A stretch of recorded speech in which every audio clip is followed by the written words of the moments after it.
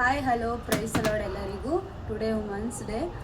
ಇವತ್ತು ದೇವರು ನನಗೆ ತಿಳಿಸಿದ ಕೆಲವು ಕಾರ್ಯಗಳನ್ನು ನಾನು ನಿಮ್ಮ ಮುಂದೆ ಹೇಳೋದಕ್ಕೆ ಇಷ್ಟಪಡ್ತೀನಿ. ನಂಬರ್ 1, ಹೆಣ್ಣು ಪರಿಶುದ್ಧವಾಗಿ ಜೀವಿಸಬೇಕು. ನಂಬರ್ 2, ಹೆಣ್ಣು ನಂಬಿಗಸ್ತಳಾಗಿರಬೇಕು. ನಂಬರ್ 3, ಹೆಣ್ಣು ನೀತಿವಂತಳಾಗಿರಬೇಕು. ನಂಬರ್ 4, ಹೆಣ್ಣು ದೇವರ ಪ್ರತಿಯೊಂದು ಮಾತಿಗೂ ವಿಧೇಯಳಾಗಿರಬೇಕು. ನಂಬರ್ 5, ಹೆಣ್ಣು ಪ್ರಾರ್ಥನಾ ವೀರಳಾಗಿರಬೇಕು. ನಂಬರ್ 6, ಹೆಣ್ಣು ಯಾವಾಗಲೂ ದೇವರನ್ನು ಆರಾಧಿಸುವವಳಾಗಿರಬೇಕು. ನಂಬರ್ 7, ಹೆಣ್ಣು ಸಭೆಯ ಕೆಲಸಗಳನ್ನು ಮಾಡುವುದರಲ್ಲಿ ಮುಂದಾಗಿರಬೇಕು. ನಂಬರ್ 8, ಹೆಣ್ಣು ಜ್ಞಾನವಂತೆಯಾಗಿರಬೇಕು. ನಂಬರ್ 9, ಹೆಣ್ಣು ಬೆಳಕಾಗಿರಬೇಕು.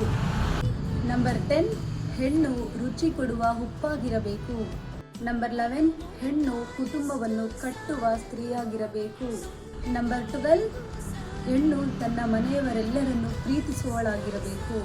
ನಂಬರ್ 13, ಹೆಣ್ಣು ದಯ ತೋರಿಸುವವಳಾಗಿರಬೇಕು. ನಂಬರ್ 14, ಹೆಣ್ಣು ಧೈರ್ಯಶಾಲಿಯಾಗಿರಬೇಕು.